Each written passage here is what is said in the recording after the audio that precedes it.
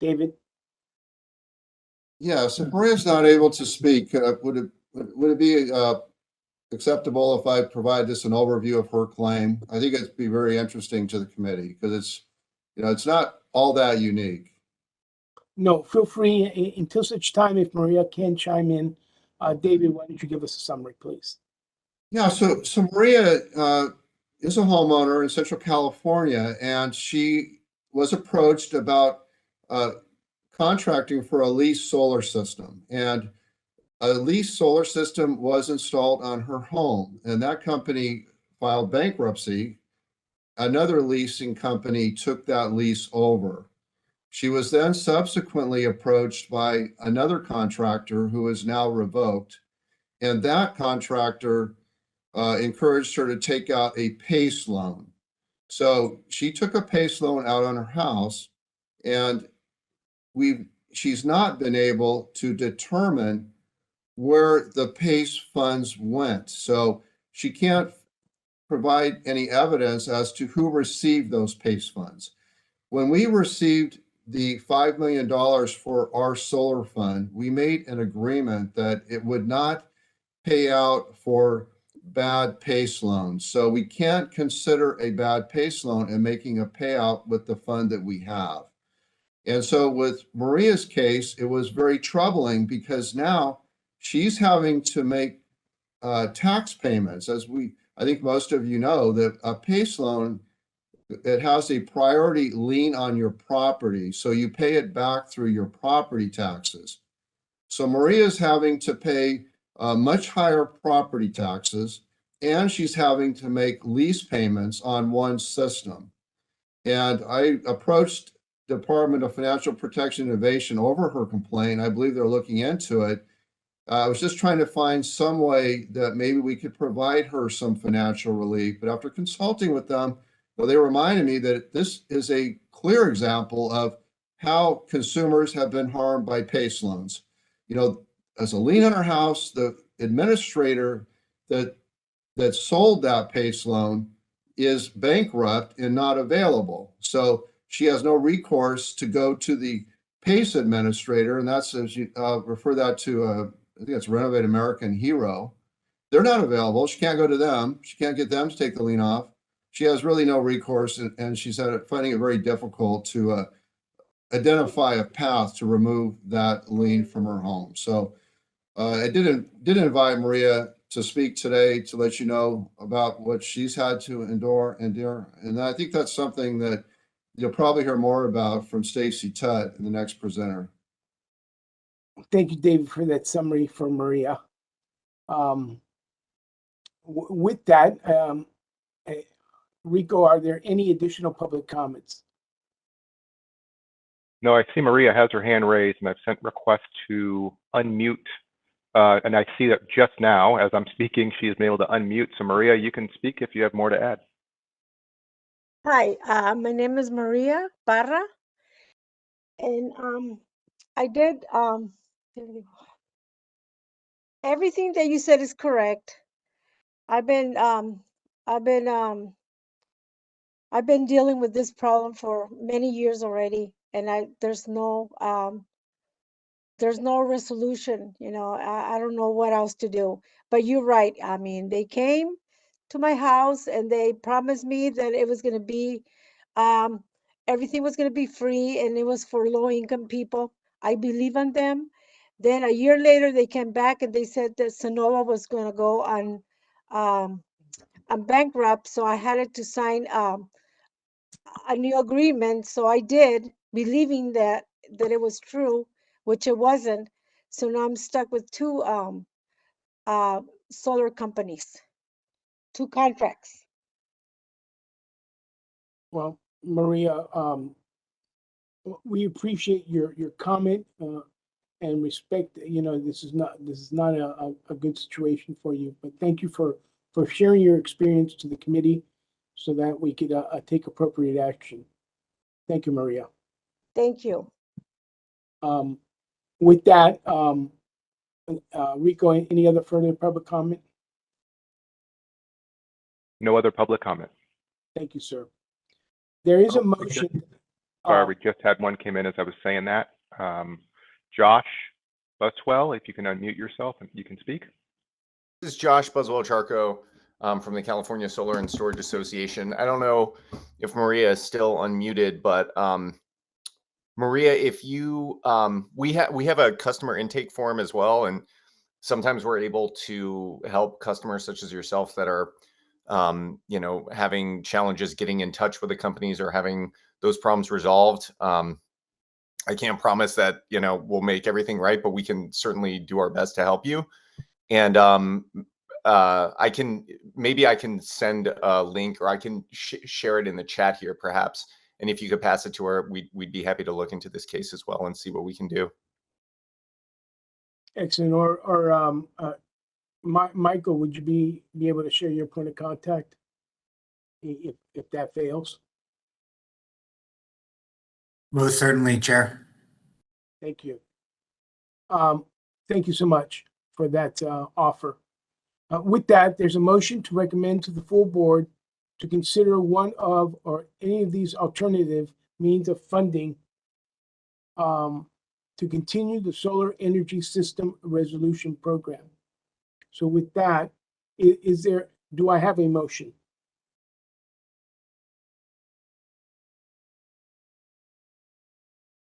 Again, the motion would be to recommend to the full board to consider one of the three alternate means of funding to continue the solar energy system restitution program. I'll make the motion. Thank you, Ms. Lowe. Do we have a second?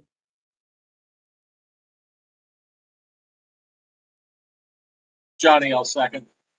Thank you, Johnny. Is there any comment on this motion from the public? Yes, we have Josh Buswell-Charco again. May I unmute yourself? Thank you. I was curious, Registrar Fote and Mr. Jamnetsky, if you, as you know, you and I, we spoke about, the possibility of levying an interconnection fee to finance this fund. And, there were, I wasn't sure if we could arrange it such that, the investor-owned utilities would collect the funds and then essentially pass it to the CSLB as a fund that you all could manage. I think as was noted earlier, there's going to be a meeting with the commission. I know some of you will be there as well next week, but do you have any update on the viability of that as a possible funding source? Yeah, this is Dave. So what we're planning to do, if the committee approves this, is meet with the Public Utility Commission and DFPI and just explore funding opportunities. And I think whatever we ultimately would present to the full board, we want to make sure that it has the Public Utility Commission's support for it. So I know they may have even additional ideas than what we have here. These are the three that we think might be viable. I know there's been some concern about attaching a fee to the interconnection to the grid. If that was to occur, though, PUC would need to play a part in that. They have the jurisdiction over the investor-owned utilities, and we would hope that funding, though, would remain with CSLB, and I think they're in favor of that. But we need to have that follow-up meeting after the meeting today. Thank you, David. With that, we have a motion from Ms. Love. We have a second from Mr. Simpson. No other comments. Mariah, would you please take a roll? Miguel Galarza, Aye. David De La Torre, Aye. I'm sorry. Diana Love, Aye. Stephen Panelli approved absence, James Ruane, Aye. Johnny Simpson, Aye. motion passes. Thank you, Mariah. Now, the final agenda item is a proposal by the National Housing Law Project to create a restitution fund similar to the Solar Energy System Restitution Program for residential energy efficiency projects that were funded through the Property Assessed Clean Energy, also known as PACE program. Stacy Tutt will present this proposed concept on behalf of the National Housing Law Project. Stacy?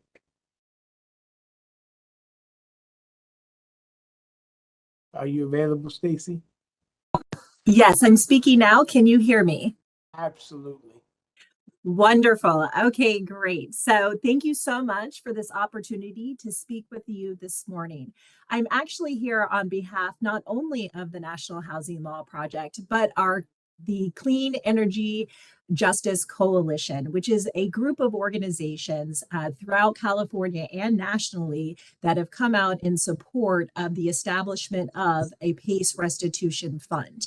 These organizations include Public Law Center, Public Counsel, HERA, BETSEDIC, the California Low Income Consumers Coalition, National Housing Law Project, and the National Consumer Law Center, just to name a few. We have quite a long list of collaborators who have been part of this effort.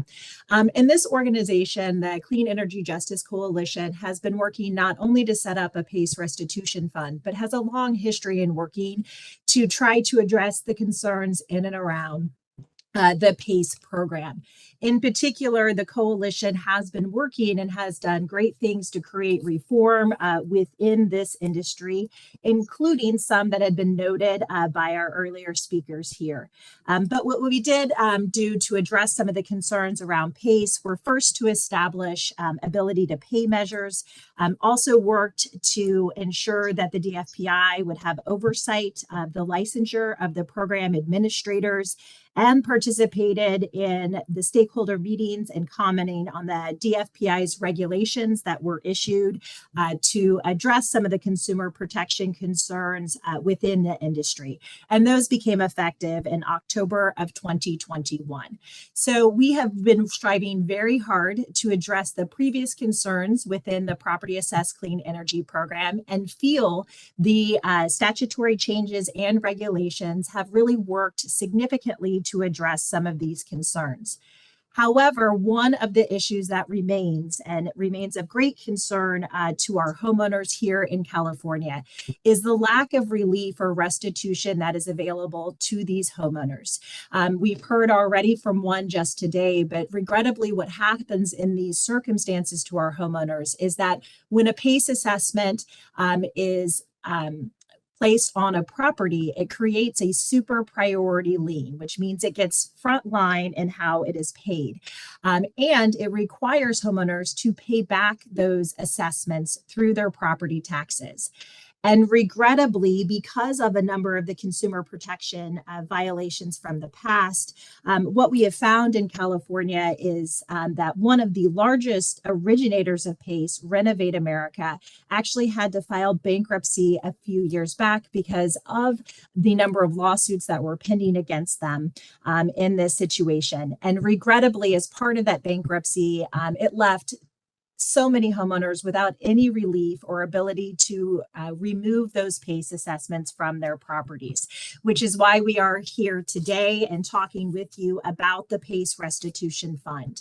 What the PACE Restitution Fund would do is it's modeled very much like the Solar Restitution Fund, following the same procedures and processes for the assessment of claims. It is intended to be a claim of last resort that would cap homeowners' claims at $60,000 for one assessment or $80,000 for two assessments. The goal of this, again, is to deal with those legacy issues we have seen in and around the PACE industry and to rectify those harms of the past. The amount of the budget request that we have is for $32.5 million. That would then provide $30 million in relief to homeowners with $2.5 million available to the CSLB to administer and oversee this fund. Again, as we've seen and heard, we know that 44% of the solar claims that have been received under the Solar Restitution Fund involve PACE. But regrettably, the relief that is available to homeowners is more limited under that fund, even though there is greater need for PACE assessments and homeowner restitution. Again, that is why we are proposing and are moving forward with a budget request of $32.5 million for the establishment of a PACE restitution fund. But to move this budget request forward, we do need to be able to show that we have the support of the CSLB to continue in these efforts and show that the CSLB is supportive of this work and the establishment of a restitution fund with CSLB oversight, which is why I'm here today making this request of the board in hopes that we can get the support of the legislative committee and then go to the board in March seeking that similar support. I would be happy to, as we look at these issues, discuss in more detail the basis for our request of the $32.5 million and how we came to those. But I did want to make sure before I pause here is making the point as well that we recognize and see the much of the need for the solar energy system restitution program. We also understand that the CSLB has just voted. It is going to be assessing and looking at options for funding that restitution program. As it is anticipated, those funds have been exhausted. Our organization is very supportive of these efforts and would actually be supportive of using our budget request for the PACE restitution fund to also provide gap funding for this the solar restitution fund to allow for any of the measures being considered by the CSLB, DFPI, and PUC for funding this, that this fund could also then be used to provide that gap funding so the CSLB does not lose its administrative expertise or the marketing that's been done of that program and can continue to review and assess those claims and also then review and assess PACE restitution claims as well until such time that additional funding could be secured. We hope that this would help to address, again, all of those concerns that we heard raised, help to better address the 44% of the claims that involve PACE under the Solar Restitution Fund and help the remainder of homeowners that may be in still financial need to have restitution. But that is our proposal here. We are happy to provide additional details or answer any questions that board or other members may have regarding this proposal. Thank you, Stacy. David, did you have some additional comments? No, just that I think that having the recovery fund's been extremely helpful to consumers. And as Stacy mentioned, we are set up with staff that are very experienced at handling claims now. We've hired retired annuitants. These are retired state employees that they're very motivated to be part of helping consumers. And I hate to put her on the spot, but I'm wondering, Mariah, would you have the numbers for, Mariah keeps track of all of our expenses relating to the Solar Recovery Fund. And would you have the number for what our administrative costs have been? I think it really demonstrates just how efficient we've been in handling the claims. And that relates to the staff time. We are paid through the recovery fund for our staff time to handle the claims, but also the industry experts that are sent out to look at the jobs. But if you don't, that's fine. I just thought that would be interesting if you had that readily available. Hi, Dave. No, unfortunately, I don't have those readily available at the moment. Do you have an estimate, though? I think you were at about $300,000 last we spoke. So we had $1 million set aside for it, and I think we're between $300,000 and $400,000.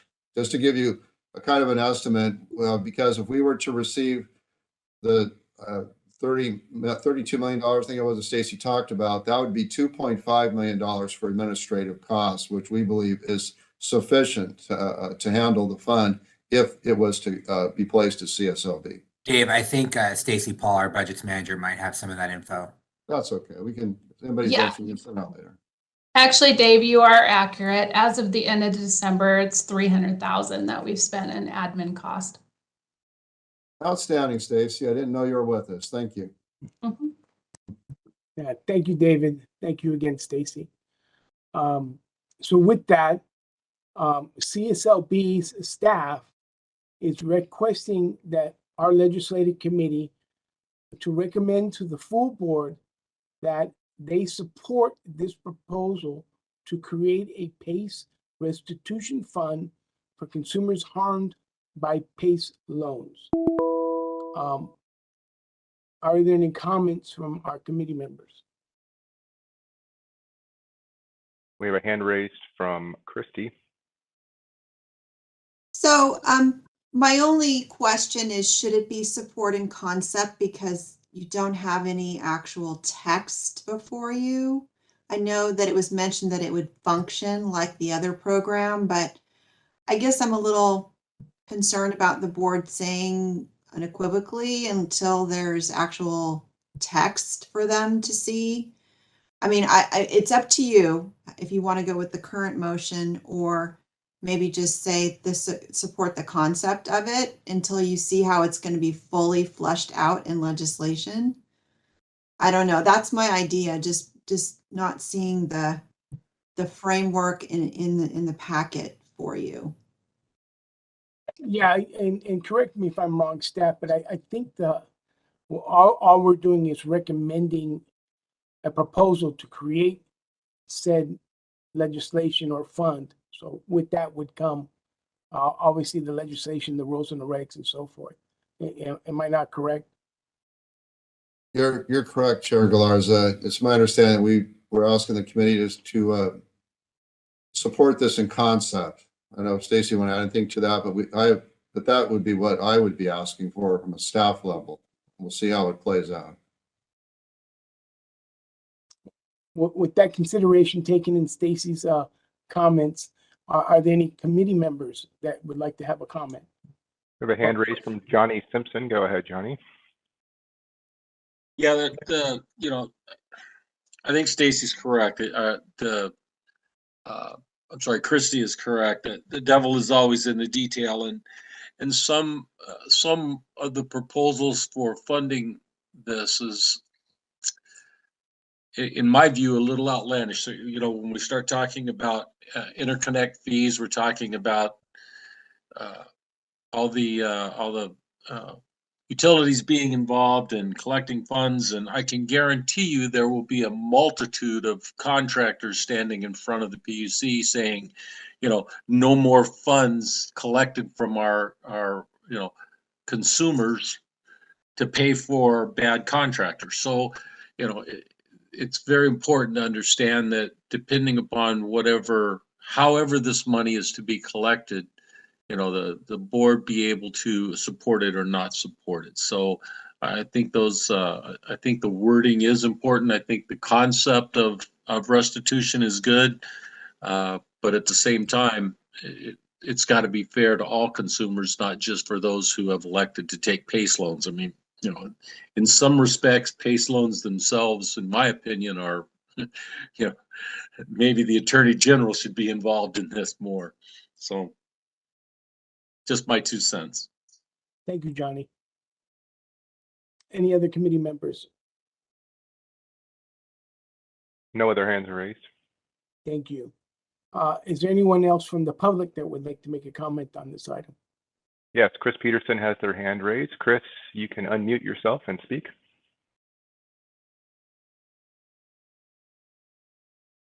Affairs for Fortify Financial, one of the PACE providers. Thank you, Chair and Committee, for allowing me to speak here. Regarding the proposed $32.5 million fund, none of the 3 PACE program administrators have been contacted by any representative of the Clean Energy Justice Group to discuss the basis of or potential need for this fund, and particularly a fund of this magnitude. That's not particularly surprising, considering that the 3 of us that represent the PACE industry, we're not the problem. Speaking for Fortify, over the past 2 years, we have worked with the DFPI, Public Counsel, Elder Law and Advocacy in San Diego, HERA, and BATSEDIC to resolve property owner complaints. As required by DFPI regulations, Fortify responds to all property owner complaints within 30 days and currently has fewer than 5 pending complaints. consistently, as reported in the DFPI's 2021 annual report. In 2020, of the 169 PACE-related complaints that the DFPI received, 12 were unresolved. And in 2021, of the 69 complaints, 2 were unresolved. For reference, the total number of assessments for those years was 15,780. Might be more appropriate to not call this a PACE restitution fund. Might be more specific about who it is that is the problem at this point. The DFPI data is offered to demonstrate that there appears to be a significant disconnect between a $32.5 million fund and the number of unresolved PACE financing related complaints. The PACE program administrators are willing to work with the CSLB and the Clean Energy Justice Group to determine whether there's an actual need for a fund of this magnitude or at all. As previously discussed with the CSLB, the PACE program administrators believe improved communication channels and enforcement of contractors misrepresenting the PACE program can reduce the number of PACE financing related property owner complaints to virtually zero. Thank you for allowing me to speak. No, thank you. So Chris, since you're on the phone or on the line, have you connected with Maria? Is there a potential that you can maybe intercede and discuss her issues with her PACE loan? All due respect, sir, that's not a 4 to 5 PACE assessment. It's like asking somebody with a key bank mortgage to go talk to Chase about it. It's not that is a Renovate America deal, and it's very unfortunate that they have shuttered their doors. But frankly, they lost their license. They weren't doing the right things, and the rest of us have. That's why we're still in business, because we resolve our complaints and we didn't just bail when all of a sudden regulations came into place that required us to do the right way of doing business. So unfortunately, as much as I would love to help this homeowner out, unfortunately, it's out of our hands. It's not our assessment. We can't pull it. We can't do anything to help at this point. I wish we could. I certainly do. Excuse me, I would recommend that this be on a future agenda item, but the issue before us is review, discussion, and possible action regarding restitution funds, the ones that have been presented by staff. Thank you, Christy, for that clarification. With that, is there a motion to recommend to the full board, or would someone like to make a motion to create a PACE restitution fund, consumer harmed by PACE loans, or some funding, or to review this, to support it and bring it to the full board? It's Johnny, I'll make that motion. Thank you, Mr. Simpson. Is there a second? I'll second. Ms. Love, noted. Is there any public comment? Can someone restate the motion for the record? I just want to be clear. Ms. Leggley, I believe the motion is to recommend to the full board to support a proposal to create a PACE restitution fund for consumers harmed by PACE loans. Is that your understanding, Mr. Simpson and Ms. Love? Is that in concept, or is that just the proposal? Is this proposal in concept, correct? Yes. Understanding. Concept. Thank you. Yes, I understand. Thank you, Ms. Love. Any other public comment? Yes, we have a hand raised from Audrey Thornton. Audrey, you can unmute and speak.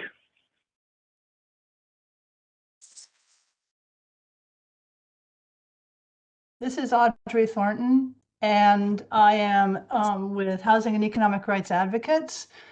I just wanted to say that I'm attending because I fully support the creation of a PACE homeowner restitution fund, because we have many clients that have been defrauded or misled in transactions financed by PACE specifically, as well as other solar financing. So we support this, and I wanted to make that put that on the record. Thank you. Thank you, Audrey. Any other comments? No other public comment. And thank you, Rico. With that, Mariah, would you be so kind as to call roll? Miguel Galarza, Aye. David De La Torre, Aye. Diana Love, Aye. Stephen Panelli, approved absence, James Ruane, Aye. Johnny Simpson. Aye. Motion passes. Thank you, Mariah. With that, this concludes the Legislative Committee meeting agenda and the meeting for today. Is there a motion to adjourn the Legislative Committee meeting? So moved. Johnny? Second. Mr. Del Torre, second. There's no roll call needed. Thank you so much, everyone, and public. Meeting adjourned. Have a good day. Yeah.